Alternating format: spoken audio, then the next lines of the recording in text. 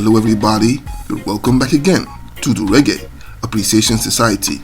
Music has always been a medium to express anger or frustration with the system or status quo in society.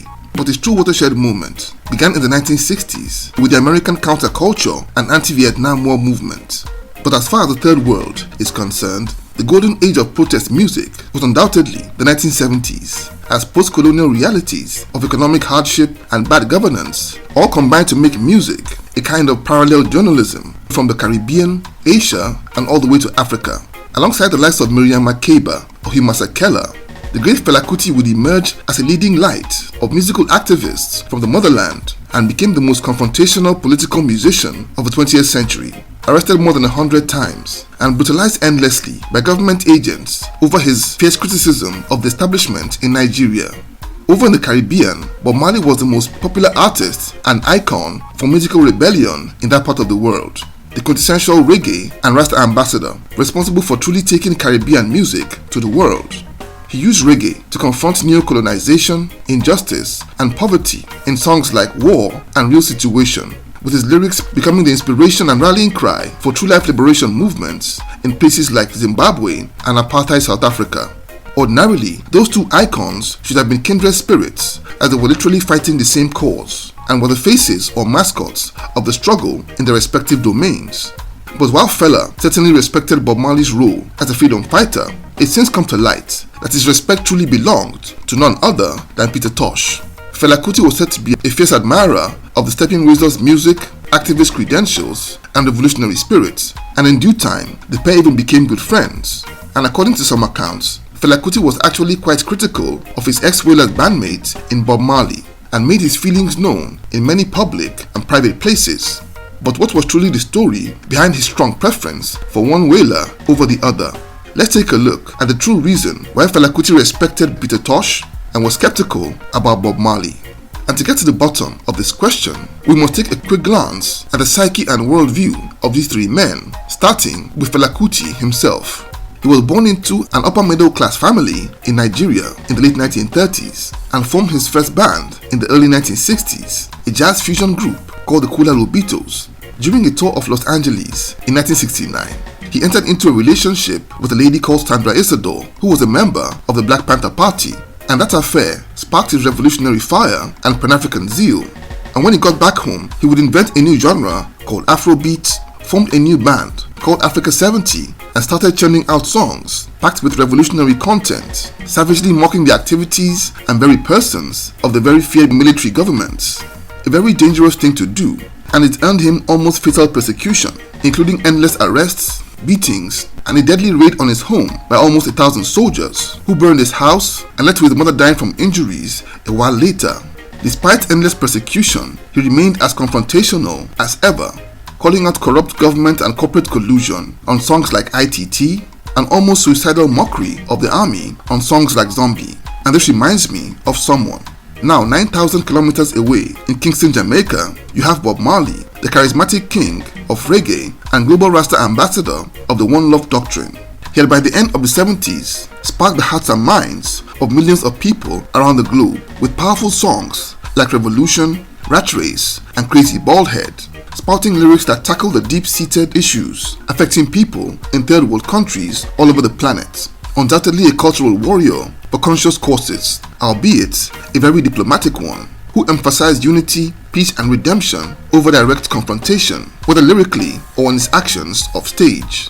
Bob's lyrics were always deeply personal and incisive and hit you right in the soul, but were at the same time metaphorical and often rooted in biblical imagery and Rastafarian philosophies.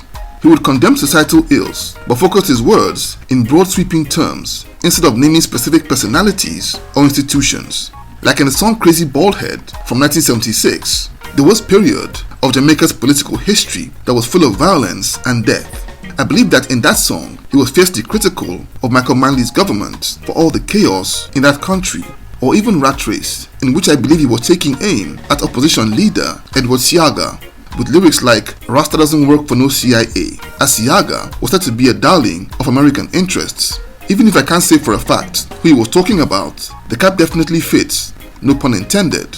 Unlike Fela Kuti, who was practically an enemy of the military dictators in Nigeria, Bob was actively courted by the government. Though he didn't like politicians and remained non-political, he wasn't adverse to partnering with the powers that be if it was in the interest of the masses, and it sometimes turned negative for him, like when he agreed to perform at the Smile Jamaica concerts and almost lost his life in the process. By every standard, Fela Kuti's methods were light years away from Bob Marley's. Now compare and contrast to the orientation and outlook of Winston Hubert McIntosh, aka Peter Tosh, an absolute radical and badass right from his teenage years when he hopped on a bus to Kingston to go live with his auntie in Trenchtown at the age of 14.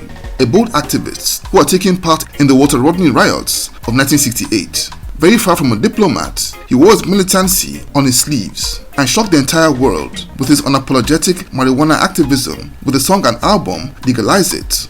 Also a fierce critic of powerful figures, he famously tongue-lashed Prime Minister Michael Manley and his entire cabinet while performing at the One Love Peace concert in 1978 and almost paid for it with his life when plainclothes officers brutally manhandled him in an infamous affair that's since become known as the Halfway Tree Incident. So when you place these three titans side by side, it's quite obvious that Tosh and Fela are the most similar, with their uncompromising militancy and a penchant for confronting Babylon head on. But make no mistake, Bob Marley was a radical in every sense, but he would adopt a very crafty and effective approach. But interestingly, that approach rubbed Fela Kuti up the wrong way. According to quite a number of accounts from people who are regulars at Fela Kuti's Africa Shrine nightclub, during his weekly concerts there, he had a session during which he would stop singing and give fiery commentary on every topic or person that came to his mind. And in the late 1970s, he would from time to time criticize Bob Marley's unwillingness to be more confrontational. He believed that, as one of the most powerful and influential icons of the 70s, he should have been less diplomatic, just like Tosh, who had paid a heavier price for being an outspoken thorn inside of Babylon.